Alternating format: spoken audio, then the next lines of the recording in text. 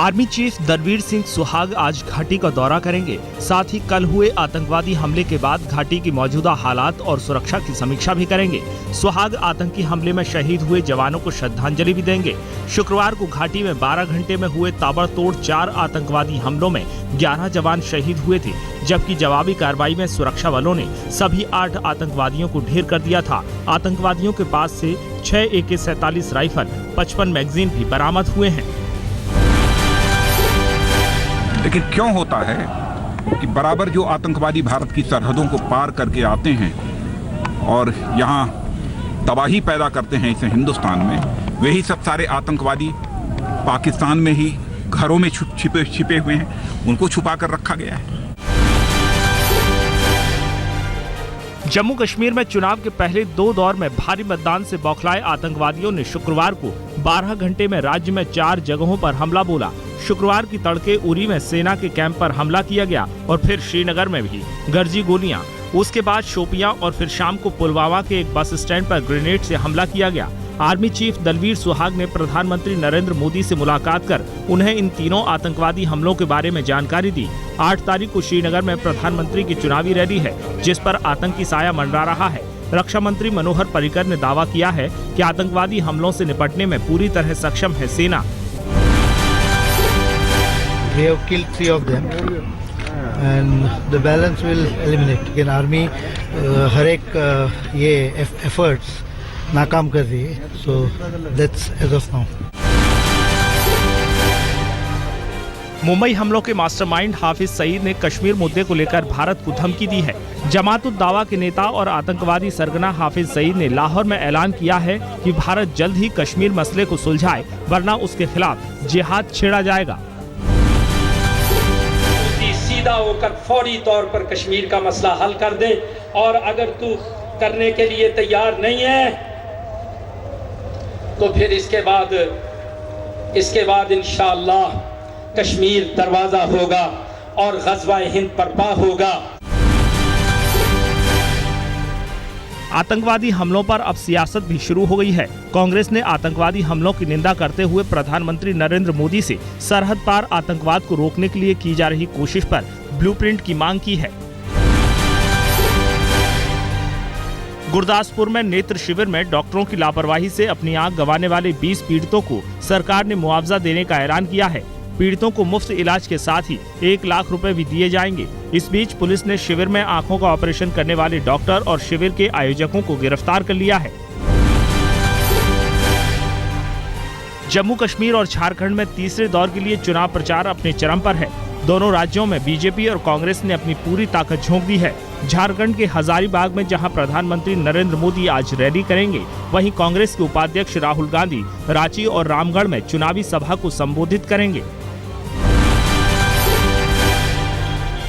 आज 6 दिसंबर है। विवादित ढांचा गिरा जाने की 22वीं बरसी के मौके पर देश भर में खास एहतियात बरती जा रही है। अयोध्या में प्रशासन अलर्ट है और किसी भी तरह के जुलूस या जलसे की इजाजत नहीं दी गई है। लोकसभा में 7वें मामले पर विरोध की अगुवाई कर रहे कांग्रेस के उपाध्यक्ष राहुल गांधी मुंह पर काली पट्टी बांधकर मोर्चे पर डटे थे। राहुल गांधी ने कहा कि विपक्ष की बात नहीं सुनी जा रही है। We are not allowed to express ourselves in the house. Every time we try to say something, we are suppressed. And the basic mode in which the government is operating is to not allow democratic process inside the house. Delhi के सिंहासन को हासिल करने के लिए BJP अपने तमाम घोड़े दौड़ा देना चाहती है।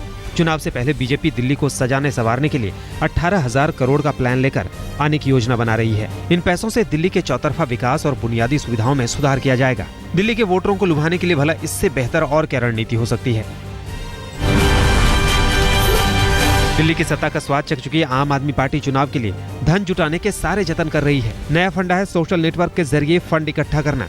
आम आदमी पार्टी ने आइस बकेट चैलेंज की तर्ज पर आई फंड ऑनेस्ट पॉलिटिक्स को ट्रेन कराया है। ट्विटर पर शुरू हुई इस पहल के बाद 400 लोगों ने फंड देने की बात कही है, जिसमें एक ट्वीट पर मिलने वाले रीट्वीट पर उतना ही फंड देना होगा। महाराष्ट्र की फडणवीस सरकार में शामिल हो गई शिवसेना।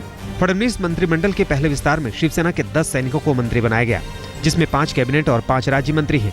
एकनाथ शिंदे, सुभाष देसाई, रामदास कदम, दिवाकर रावते और दीपक सावंत कैबिनेट मंत्री बने, जबकि रविंद्र वाइकर, संजय राठौड़, विजय शिवतरे, दीपक केसाकर ने ली राज्य मंत्री की शपथ। राजेश क्षीरसागर का नाम आखिरी वक्त में बदला गया, उनकी जगह दादा भूसे राज्य मंत्री बने। बीजेपी की तरफ से भी 10 मंत्रियों को शपथ दिलाई गई। समारोह में उद्धव ठाकरे भी मौजूद थे। खाप पंचायत की तरफदारी कर विवादों में घिर गए हैं हरियाणा के मुख्यमंत्री मनोहर लाल खट्टर। खाप पंचायत को लेकर अपने बयान में खट्टर ने कहा, वहां बैठे लोग बहुत बुद्धिमान हैं, सोच समझकर फैसले लेते हैं। खट्टर के इस बयान की आलोचना शुरू हो गई है। बहुत एक्सपीरियंस लोग उसमें खाप पंचायतों में होते हैं। खाप पंचायत ऐसी नहीं कोई 4 लड़के खड़े होकर खाप पंचायत बना ली। खाप पंचायत का सिस्टम सैकड़ों साल पुराना है या हजारों साल पुराना है। उत्तर प्रदेश के राज्यपाल राम नाईक लखनऊ के एक जलसे में बिजली की समस्या पर दे रहे अपने बयान में भाषा की लक्ष्मण रेखा पार कर गए। राज्यपाल ने कहा कि बिजली चोरी करने वालों को चौराहे पर जूतों से मारना चाहिए, तभी चोरी पर लगाम लगेगी। इससे पहले भी राम नाईक अपने बयान में बिजली चोरी करने वालों को फांसी पर चढ़ाने की वकालत कर चुके हैं। बिजली के जो चोर है उनको फांसी मत दो, लेकिन फांसी मत दो ये जब मैं कहता हूँ तो चौराहे पर उसको लाओ और फांसी के बदले में जूतों से मारो।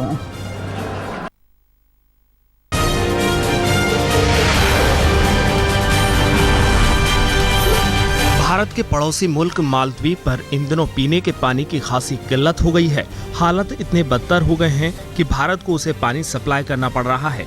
विदेश मंत्री सुषमा स्वराज की मालदीव के मंत्री से हुई बातचीत के बाद भारत ने 20 टन पीने के पानी की पहली खेप मालदीव भेजी है। आज भी 5 विमानों से पानी की दूसरी खेप भारत भेजेगा। मालदीव सार्क देशों के समूह में है और भारत से करीबी रिश्ता है। देश की आंतरिक सुरक्षा में नाक में दम करने वाले नक्सली मास्टरमाइंड को दबोचने के लिए सरकार उसके सिर पर अब करोड़ों का इनाम रखने जा रही है। सूत्रों के मुताबिक देश के तथाकथित लाख क्षेत्र में अपनी दहशत की हुकूमत चलाने वाले 5 बड़े नक्सली मास्टरमाइंड का सुराग देने वालों को सरकार 5 करोड़ का इनाम देगी, यानी हर एक नक्सली सरगना के सिर पर 1 करोड़ का इनाम। घने जंगलों में पनाह के लिए नक्सलों की सटीक जानकारी जुटाना हमेशा से मुश्किल भरा काम रहा है। पुलिस और सीआरपीएफ नक्सलियों की टोह लेने की कोशिश में कभी सफल होती है तो कभी नाकाम। छत्तीसगढ़ के सुकमा में सीआरपीएफ की टोली पर हमला करने वाले नक्सली मास्टरमाइंड का पुलिस ने पता लगा लिया है। पुलिस के मुताबिक कुख्यात नक्सली सरगना हेडमा इस मामले का साजिश करता है। हेडमा ने अपने 2 और साथियों सोंटू और मदन अन्ना के साथ मिलकर इस वारदात को अंजाम दिया। इस सिलसिले में पुलिस ने कुछ गांव वालों को भी पकड़ा है। पुलिस को शक है कि इन्हीं गांव वालों ने सीआरपीएफ की गतिविधियों की पल पल की जानकारी नक्सलियों को दी थी।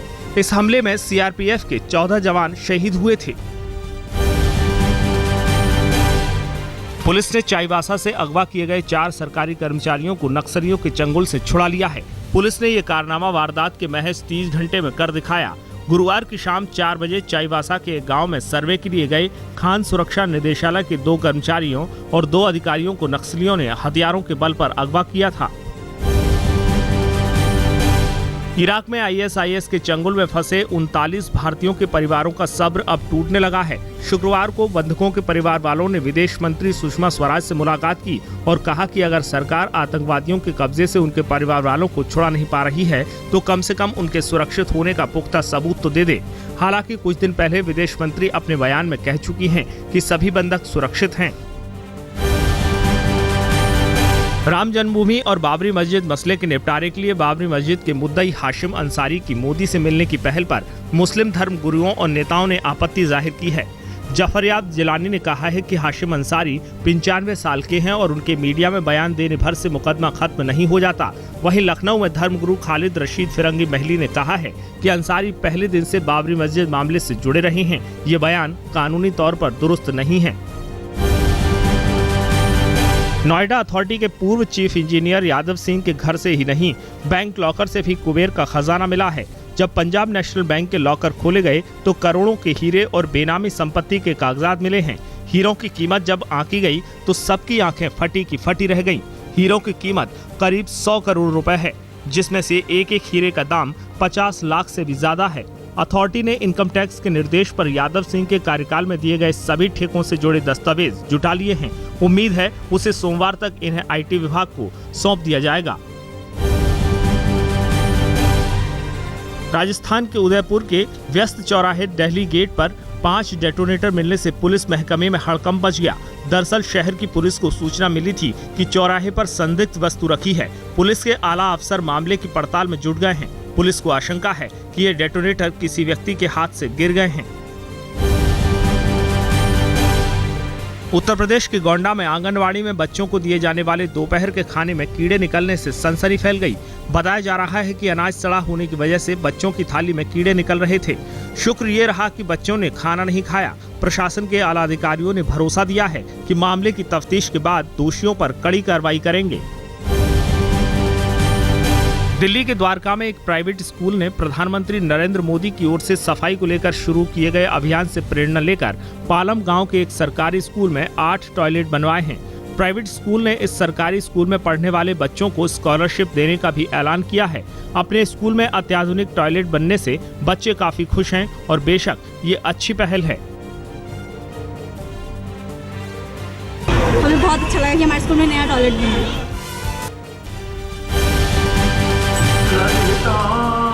दिल्ली के सीरी फोर्ट ऑडिटोरियम में बिल्कुल नए तरह की रामलीला आयोजित की गई। सारे किरदार वही थे, लेकिन इसमें था ओपेरा का तड़का। भारतीय कलाकारों के साथ बाहर से आए कलाकारों ने भी अपने हुनर का प्रदर्शन किया। राम, लक्ष्मण और हनुमान तीनों का किरदार इटली और हंगरी से आए कलाकार निभा रहे थे। ओपेरा का फ्लेवर वाली ये नई रामलीला लोगों को बेहद पसंद आ रही है।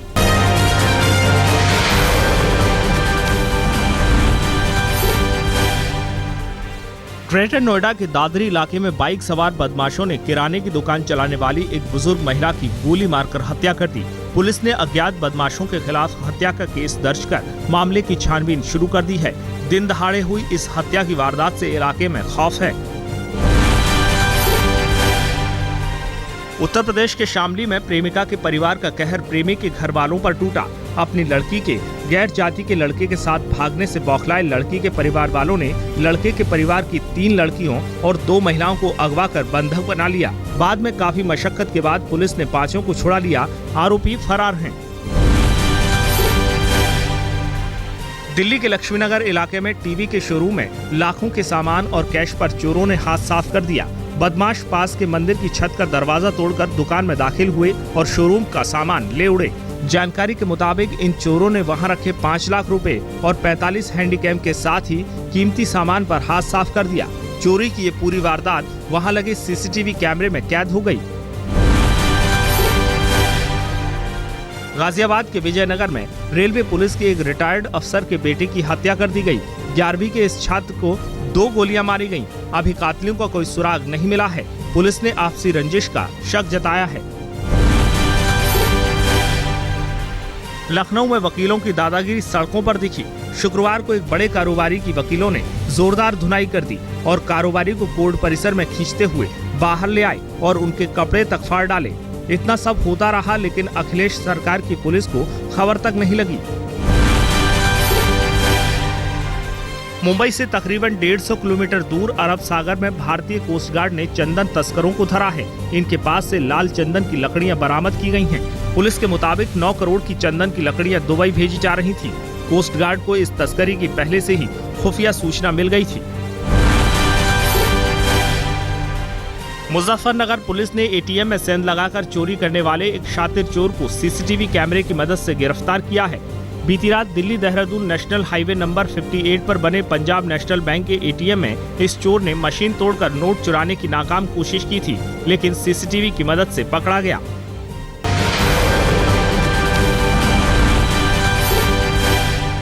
एडलेड में ऑस्ट्रेलिया के खिलाफ पहले टेस्ट से पहले भारत का दूसरा और आखिरी अभ्यास मैच बिना हार जीत के फैसले के खत्म हो गया। क्रिकेट ऑस्ट्रेलिया 11 के खिलाफ दूसरे दिन मुरली विजय, विराट कोहली, अजिंक्य रहाणे और रिद्धिमान साहा ने अपनी बल्लेबाजी में हाथ दिखाया और हाफ सेंचुरी जड़े। क्रिकेट ऑस्ट्रेलिया 11 की दूसरी पारी में भी भारतीय गेंदबाजों का प्रदर्शन अच्छा रहा। ईशांत शर्मा ने 2 और वरुण एरोन, उमेश यादव और कर्ण शर्मा ने 1-1 विकेट झटके। भुवनेश्वर में आज से शुरू हो रहा है champions trophy hockey tournament. Sardar Singh के नेतृत्व में जर्मनी से आज शाम भारत का पहला मुकाबला होगा। पाकिस्तान और बेल्जियम की भी आज ही भिड़ंत है। भारतीय टीम के हाई परफॉर्मेंस डायरेक्टर रोलैंड ऑल्टमेंस ने कहा कि पहले मैच के लिए कप्तान सरदार सिंह 90% फिट हैं। ऑस्ट्रेलिया के खिलाफ अभ्यास मैच में सरदार सिंह को चोट लगी थी। 9 दिन तक चलने वाले चैंपियंस ट्रॉफी टूर्नामेंट में विश्व की 8 टॉप टीमें हिस्सा ले रही हैं। भारत के अलावा Argentina, Australia, Belgium, England, Germany, Netherlands और पाकिस्तान के बीच खिताबी जंग होगी।